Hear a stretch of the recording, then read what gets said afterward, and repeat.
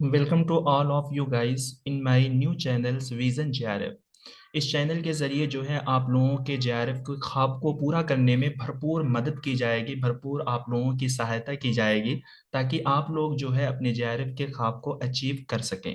तो इस चैनल के जरिए छोटी छोटी वीडियोस, छोटी छोटी सीरीज जो है फर्स्ट पेपर के ताल्लुक से जो है अपलोड की जाएंगी ताकि आप लोग आसानी के साथ जो है इस वीडियो को देख सकें।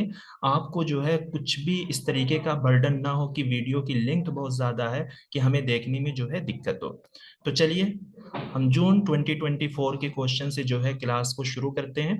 Question one, in the context of learning which of the following doesn't represent the self concept.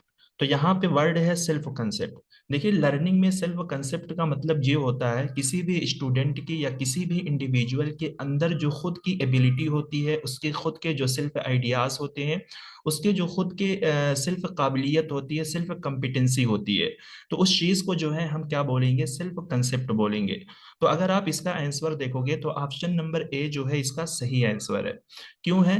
क्योंकि यहाँ पर कहा गया है it is what an individual feels about other. यानी इसमें अगर आप देखो ये कह रहे हैं कि इंडिविजुअल दूसरों के बारे में क्या फील करता है, क्या महसूस करता है। तो ये चीज गलत है क्योंकि ये सिर्फ कंसेप्ट में नहीं आएगा कि आप दूसरों के बारे में क्या सोच रहे हो, क्या फील कर रहे हो, क्या महसूस कर रहे हो। तो इसका लर्निंग से कोई भी ताल्लुक नहीं है, इसका लर्निंग से कोई भी रिलेशन नहीं होता है। अगर हम दो ऑप्शन नंबर टू में देखें तो इंडिविजुअल के बारे में दूसरे लोग क्या उसको समझते हैं, है ना।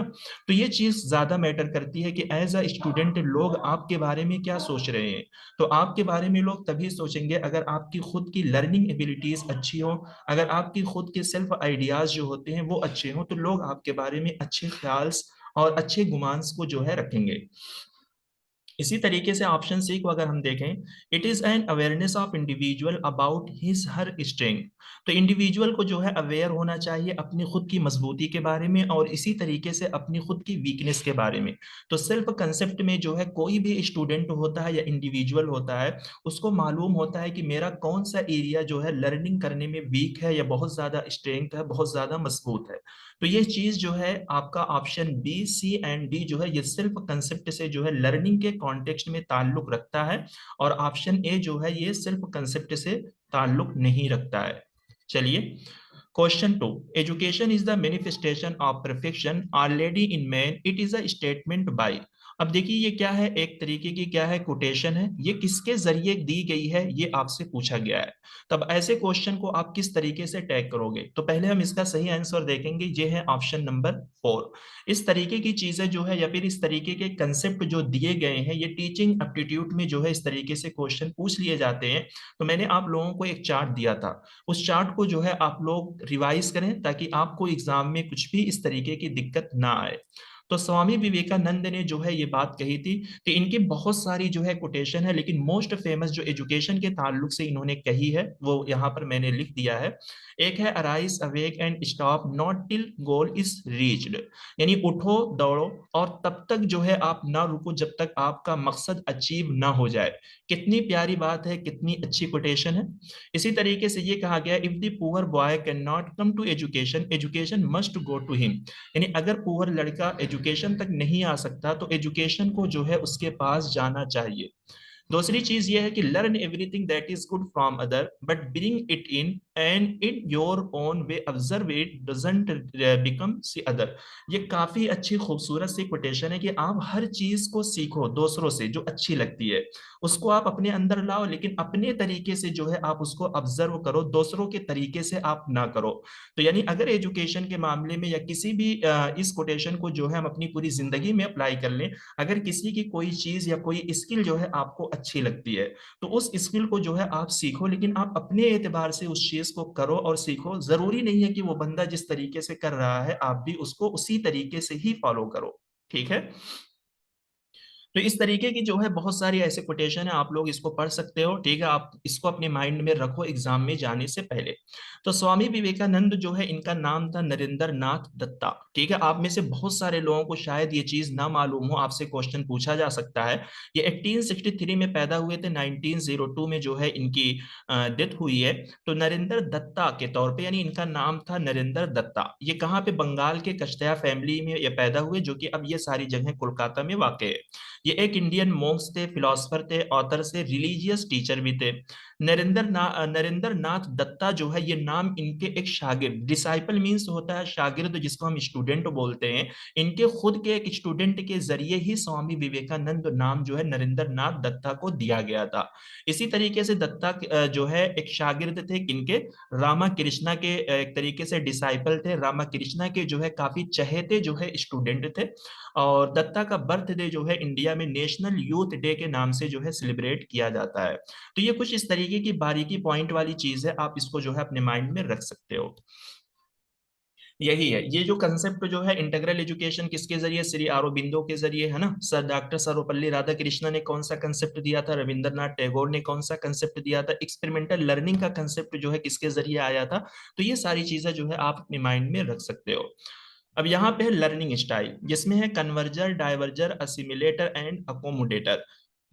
अब यहाँ पर हमने आपको बताया है कन्वर्जेंट का मतलब क्या होता है, कि जहां पर आपके पास जो है चॉइस कम होती है, यानी आप चीजों को डाइवर्सिफाई नहीं कर पाते हो, आपके पास जो है चूज करने वाले ऑप्शन होते हैं, आपको इन्हीं फोर में से जो है किसी एक ऑप्शन को जो है चूज करना है, कुछ इस तरीके की सिचुएशन आपके पास होती है। डाइवर्जेंट का मतलब होता है जहां पर आप इज टाइप क्या लिखते हो, एग्जाम लिखते हो, यानी आप चीजों को डाइवर्सिफाई कर पाओ, जितना आप चाहो अपने आइडियाज को एक्सपेंड करके आप लिख सकते हो डाइवर्जेंट में।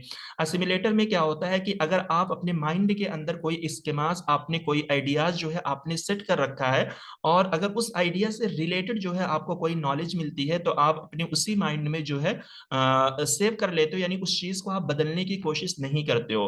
उसी के बरअक्स जो है आपका अकोमोडेटर काम करता है, यानी अगर आपके माइंड में जो भी स्कीमा या आइडिया जो है सेट है, अगर उस आइडिया के ताल्लुक से कोई नई नॉलेज आपको मिलती है, तो आप अपने पुराने आइडियाज को क्या कर लेते हो, बदल देते हो।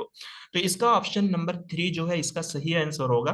तो हम देखते हैं कन्वर्जन, तो यानी ये इसकी कैरेक्टरिस्टिक जो है बहुत क्लियर तो नहीं लिखी हुई है, लेकिन अगर हमें फ्यूचर मालूम है और अगर हमें लर्निंग स्टाइल के हर एक कंसेप्ट के बारे में चीजें हमें क्लियर हैं, तो हम आसानी के साथ इन क्वेश्चन का आंसर निकाल सकते हैं। यहाँ पे आप देखोगे रिस्क टेकर, ए को हम मिलाएंगे टू से, ठीक है, ए को हम मिलाएंगे टू से, सॉरी मैंने 3 कर दिया था, ए को हम मिलाएंगे टू से। तो हम देखते हैं टू में क्या है, टू में यहाँ पे practical application of ideas, they are good at abstract conceptualization and active experiment like solving problem, practical application of ideas। तो इसमें जो है सिर्फ एक ही वर्ड है, abstract conceptualization। तो abstract का मतलब ये होता है कि जहां पर आप किसी चीज की समरी पेश करते हो, किसी चीज का जो है आप खुलासा पेश करते हो, तो खुलासा पेश करने में जो है आप चीजों को डाइवर्सिफाई नहीं करते हो, बल्कि आप चीजों को समेटने की कोशिश करते हो, यानी मैच द कॉलम के जो क्वेश्चन होते हैं, या आप सिंपली बोल सकते हो कि ऑब्जेक्टिव टाइप के जो क्वेश्चन होते हैं, उसी चीज को हम अब्स्ट्रैक्ट कंसेप्चुअलाइजेशन के नाम से जानते हैं। फिर बी को हम मिलाएंगे वन से, they are best at concrete experience and reflective observation, their strength in their imaginative ability, they tend to be interest people and emotional elements. तो यहाँ पर है इमेजिनेटिव एबिलिटी। तो इमेजिनेटिव एबिलिटी आप कहाँ पर यूज करते हो, ऐसे टाइप के जो क्वेश्चन होते हैं उसमें, क्योंकि लिखने वाला जो आपके पास क्वेश्चन होता है उसमें आप इमेजिन कर करके, सोच कर करके जो है अपनी उन सलाहियतों को, उन जहन को लगाकर जो है आप क्या करते हो, अपनी इमोशन को जो है आप एक तरीके से ऑब्जर्व कर देते हो, अपनी इमोशन को जो है मिलाकर अपनी इमेजिनेटिव एबिलिटी का इस्तेमाल करके जो है उस चीज में आप काम करते हो, ठीक है। तो इस वर्ड से आप यहाँ पर इसको रिलेट करोगे, इमेजिनेटिव एबिलिटी। अब देखते हैं असिमिलेटर।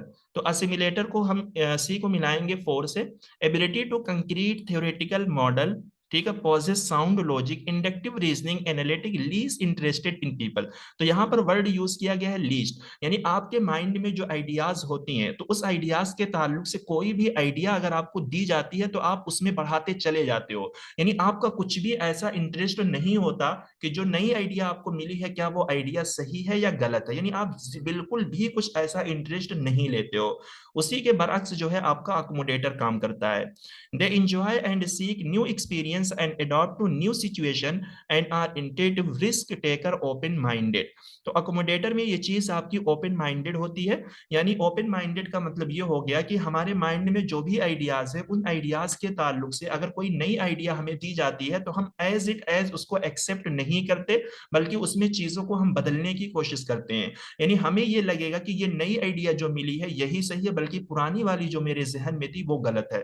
तो अकोमोडेटर में हम चीजों को चेंज कर देते हैं, बदल देते हैं, नई सिचुएशन को हम एक तरीके से अडॉप्ट कर लेते हैं। ठीक है। तो आम में से जिनको ये लर्निंग स्टाइल जो है पढ़ाई गई है, जिनको ये कंसेप्ट क्लियर होगा, तो वो एक एक वर्ड से जो है इस क्वेश्चन को रिलेट कर सकते हैं। अब ये भी क्या है, आपका एक कोटेशन का क्वेश्चन है। ठीक है। इस तरीके के क्वेश्चन को हम लोग कुछ भी ऐसा नहीं पढ़ सकते कि, या ऐसा नहीं कह सकते कि हम इन्हीं सारी चीजों को पढ़ लें या इन्हीं लोगों को पढ़ लें तो ऐसा जो भी क्वेश्चन आएगा हम हल कर पाएंगे। ठीक है। तो बल्कि हमें ऑप्शन के जरिए ही पढ़ना होता है। I never teach my pupils, I only attempt to provide the condition in which they can learn। कह रहे हैं कि मैंने कभी भी अपने बच्चों को टीच नहीं किया है, मैं सिर्फ जो है उन कंडीशन को प्रोवाइड करने की कोशिश करता हूं जिसमें वो सीख सकते हैं। तो ये कोटेशन जो है किसके जरिए दी गई थी, आपका अल्बर्ट आइंस्टाइन के जरिए जो है ये कोटेशन कही गई थी, जो कि काफी खूबसूरत कोटेशन है। तो इनके ताल्लुक से भी, जो एजुकेशन के ताल्लुक से इन्होंने मोस्ट फेमस या मोस्ट नोटेबल जो है इनकी कोटेशन है, आप देख सकते हो। एक ये है, education is what remains after one has forgotten what once has learn in the school. तो इसमें ये कहा गया है कि एजुकेशन वो जो बाकी रहता है, यानी स्कूल में सीखने के बाद भी जो चीजें हम भूल जाते हैं तो वो बाकी रहती है। तो ऐसी कौन सी चीज है, ये एजुकेशन ही है। ठीक है। इसी तरीके से है, education is not the learning of fact but the training of the mind to think. Anyone who has never made a mistake has never try anything new. ये काफी अच्छी है, यानी हम लोगों पे भी जिंदगी में ये चीजें अप्लाई होती है। कोई वो बंदा जिसने कभी गलती नहीं की है तो वो कभी भी नई चीजों को नहीं सीख सकता है ना। बिल्कुल सही है। आपने पहली बार पेपर दिया था तो आपने क्या गलती की थी, उस गलती से जो है आपने सीख ली है, ताकि आप सेकंड शिफ्ट में या दोबारा आप जब भी पेपर देने जाएंगे आप वो गलती नहीं दोहराएंगे। ठीक है। तो ये काफी अच्छी है और काफी मशहूर भी है, तो शायद इस तरीके के कोटेशन आ सकती हैं, तो आप लोग अपने माइंड में जरूर रखो। तो अल्बर्ट आइंस्टाइन की अगर हम बुनियादी चीज देखें तो इनको जो है इस थ्योरी की वजह से काफी डेवलप हुए हैं, ये काफी मशहूर है, थ्योरी ऑफ रिलेटिविटी। ठीक है। तो ये वर्ड आपको याद रखना है, बाकी और कुछ इस तरीके की चीजें आप नहीं याद रखो तो भी आपका चल जाएगा। क्वेश्चन 5 है, which of the following correctly represent the characteristic of teaching. तो टीचिंग की कैरेक्टरिस्टिक के बारे में आपको बताने हैं, कौन सा ऐसा ऑप्शन है जो करेक्टली उस चीज को रिप्रेजेंट करेगा। देखिए, टीचिंग में जो है to provide guidance and training to student. तो टीचिंग जो है एक तरीके से स्टूडेंट को गाइड भी करती है और स्टूडेंट को ट्रेन भी करती है। ठीक है। इंटरेक्शन बिटवीन अथॉरिटीज, तो ये सही नहीं है, ये सूटेबल ऑप्शन नहीं है कि टीचिंग का मतलब ये नहीं होता है कि अथॉरिटीज के दरमियान बात करो बैठकर, यानी टीचर टीचर आपस में गपशप करें, तो ये कुछ इस तरीके के टीचिंग के कैरेक्टरिस्टिक नहीं होते हैं। हाँ, टीचिंग में जो है टीचर आपको फॉर्मल यानी क्लासरूम वाला जो एजुकेशन आपका होता है, और इनफॉर्मल एजुकेशन जो क्लासरूम के बाहर का एजुकेशन होता है वो टीचर आपको प्रोवाइड करता है। तो इनफॉर्मल से यहाँ पर आप समझ सकते हो कि ट्यूशन। ठीक है। जैसे ट्यूशन में क्या होता है कि टीचर आपके घर में जाकर आपको पढ़ाता है, या इस तरीके से और दीगर सारे लोगों से आप क्या करते हो, इनफॉर्मल एजुकेशन लेते हो। An art to impart knowledge to student in an effective way. तो टीचिंग का मतलब यही होता है, टीचिंग एक तरीके का आर्ट है, एक तरीके की स्किल है जो नॉलेज देती है स्टूडेंट को इफेक्टिव तरीके से, सही तरीके से। ठीक है। तो हम देखेंगे option number C, A C and D जो है यही इसका सही आंसर है। उम्मीद करता हूं कि ये क्लास जो है आप लोगों को समझ में आई होगी। ठीक है। इस तरीके से जो है 5-5 क्वेश्चन की जो है वही क्वेश्चन हम कराएंगे जो आपके जून एग्जाम में पूछे गए हैं। तो इस तरीके से छोटी सीरीज जो है आपके एग्जाम तक चलती रहेगी, और ये काफी हेल्पफुल जो है आप लोगों के लिए होने वाली है। तो आप लोग जो है चैनल को फॉलो कीजिए, चैनल को सब्सक्राइब कीजिए, ताकि कुछ भी इस तरीके की नई चीजें जो है आपको इस चैनल के माध्यम से दी जा सके। मिलते हैं। Thank you.